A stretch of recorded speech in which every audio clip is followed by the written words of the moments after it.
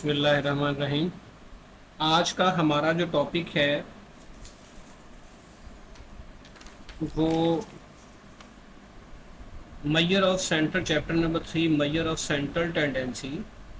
इसका topic number 2 याद रखिएगा। स्टैटिस्टिक्स का chapter number 3 measure of central tendency, इसका टॉपिक जो है वो है टॉपिक नंबर 2 जो है उसको कहते हैं हार्मोनिक मीन।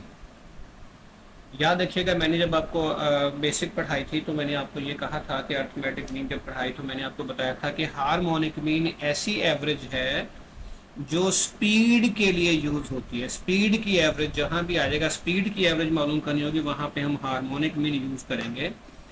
लेकिन हार्मोनिक मीन की डेफिनेशन क्या है कि let x1 x2 x3 xn are non zero.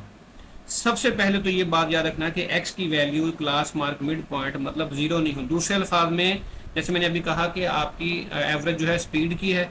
जब गाड़ी, मोटरसाइकिल, साइकिल या आप रनिंग कर रहे होंगे तो उसकी एवरेज निकलेगी ना। अगर आपके पास, अगर आप खड़े हैं या बिल्कुल जीरो पॉइंट पे हैं तो उसकी एवरेज आप नहीं निकलेगी। मतलब आप एक सेकंड एक जगह पे आप गाड़ी खड़ी है तो उसकी एवरेज कैसे निकाल सकते हैं कि एवरेज इसी निकलेगी, आपकी गाड़ी चलेगी। Let x1 x2 x3 xn are non zero, मतलब x की वैल्यू जीरो नहीं होनी चाहिए। सबसे पहली ये हार्मोनिक मीन की कंडीशन है कि हार्मोनिक वहां लगती है कि जहां पे x की वैल्यू जीरो नहीं होनी चाहिए। Then reciprocal of the arithmetic mean. देखिए कुछ लोग रेसिप्रोकल्स को उल्ट पढ़ाते हैं कि उलट। ये बेसिकली उलट नहीं है, ये होता है बेसिकली 1/x। मतलब x की वैल्यू को वन, किसी भी वैल्यू को आपने 1 पे डिवाइड कर देना। मतलब जैसे 2 है, 2 का रेसिप्रोकल आप कहते हैं 0.5 है, तो 0.5 ऐसे आकर 1 डिवाइड बाई 2.5 होगा। रेसिप्रोकल ऑफ अर्थमेटिक मीन, आपने अर्थमेटिक मीन मतलब 1/x बार कर दिया, तो 1/x बार किया तो x बार क्या, समेशन x ओवर n। जब समेशन x ओवर n आपके पास आएगा तो n डिवाइड बाई ऊपर चला जाएगा, तो ये आपके पास। But for reciprocal value of x या again reciprocal of x I is called the harmonic mean. कि आप दोबारा फिर इस x का भी रेसिप्रोकल ले लेंगे, दोबारा x का भी रेसिप्रोकल, तो उसका फार्मूला क्या बनेगा, harmonic mean n over summation 1/x for ungroup data. और ग्रुप डाटा में harmonic mean summation f over summation f over x या f ओवर x या summation f into 1/x for group data. मतलब आप दोनों तरीके से लिख सकते हैं इसको। फिर बता रहा हूं कि let x1 x2 x3 xn non zero, x की वैल्यू जीरो नहीं होनी चाहिए। Then reciprocal of arithmetic mean, arithmetic mean को 1 पे डिवाइड करना है। रेसिप्रोकल मतलब होता है किसी भी चीज को 1 पे डिवाइड करना है, ये उलट नहीं है। मतलब x अर्थमेटिक मीन का उल्ट कैसे लेंगे, तो 1 divide by x bar and again reciprocal of x है, फिर आप उस x का भी रेसिप्रोकल ले लेंगे, मतलब 1/x कर देंगे, जैसा कि ये फार्मूला। तो n over summation 1/x for ungroup data इसका फार्मूला, और harmonic mean summation f over summation f into 1 for group data. अब मैं आपको इसकी एग्जांपल समझाता हूँ तो फिर आपको ज्यादा समझ में आ जाएगा। देखिए बहुत से कि फाइंड अर्थमेटिक मीन 2468,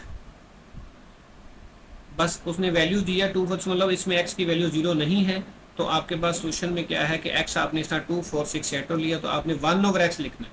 चाहे आप अपने कैलकुलेटर में 1/x कर लें, चाहे आपके पास कैलकुलेटर में ऐसे एक इस तरह लिखा होता है, x के ऊपर -1 ऐसे इनवर्स दिया होता है, मतलब आपके पास इनवर्स की वैल्यू इस तरह लिखा होता है, तो आप वो 2 डिवाइड बाई इनवर्स कर लें, या 1/2 1/4 1/6 और 1/8 करें, तो ये आपके पास आंसर आ जाएंगे। तो आपने इनका सम चाहिए, मैं n कितना है, 4 है, 1 2 3 4, और समेशन 1/x जो है 1.0417, तो आपने n डिवाइड बाई 1.10417 आपने डिवाइड कर दिया, तो आपके पास आंसर आपके पास मौजूद है। 4 डिवाइड बाई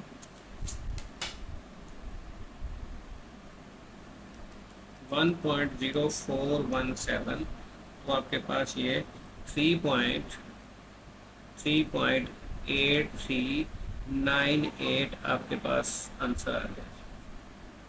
आपने याद रखिए कैलकुलेटर को अपने 4 तक फिक्स कर लेना है कैलकुलेटर। अब इसी तरह ग्रुप डाटा जो है,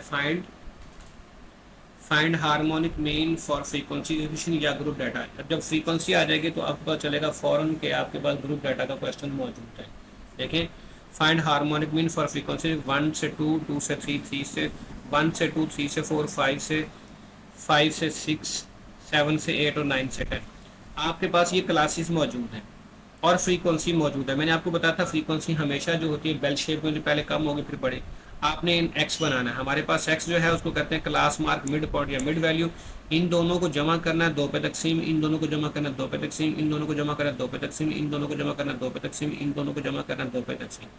हमें क्या चाहिए, चाहे आप यहाँ कॉलम में एफ ओवर एक्स कर लें, मतलब 1 डिवाइड बाई 1.3 कर लें फिर भी ये आ जाएगा, चाहे आप इसका रेसिप्रोकल ले लें, मतलब 1 divide by 1.3, 1 divide by 3.5, 1 divide by 5.5, 1 divide by 7.5, 1 divide by 9.5, तो आपके पास रेसिप्रोकल्स आ गए।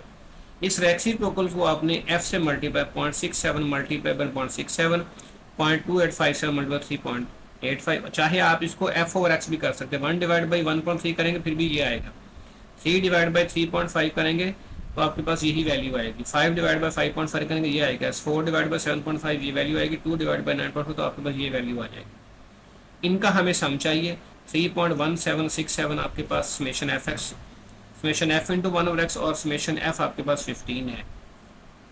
तो अब आपने इसका जो है समेशन याद रखिएगा, summation F X, summation F into 3.1767 और 15 आपके पास है। तो आपके पास जो आंसर आएगा देखें, by definition harmonic mean, by definition harmonic mean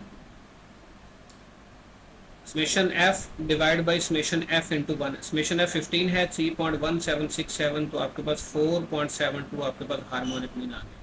harmonic mean निकालते वक्त आपका एक्स की वैल्यू 0 नहीं होनी चाहिए। हार्मोनिक मीन स्पीड की एवरेज के लिए, तो स्पीड उसी वक्त होती है जब आप दौड़ लगा रहे हो, गाड़ी की स्पीड हो, मोटरसाइकिल की स्पीड हो, किसी भी चीज़ की स्पीड हो, तो उसकी जब एवरेज निकालते हैं तो वो हार्मोनिक मीन कहलाता है।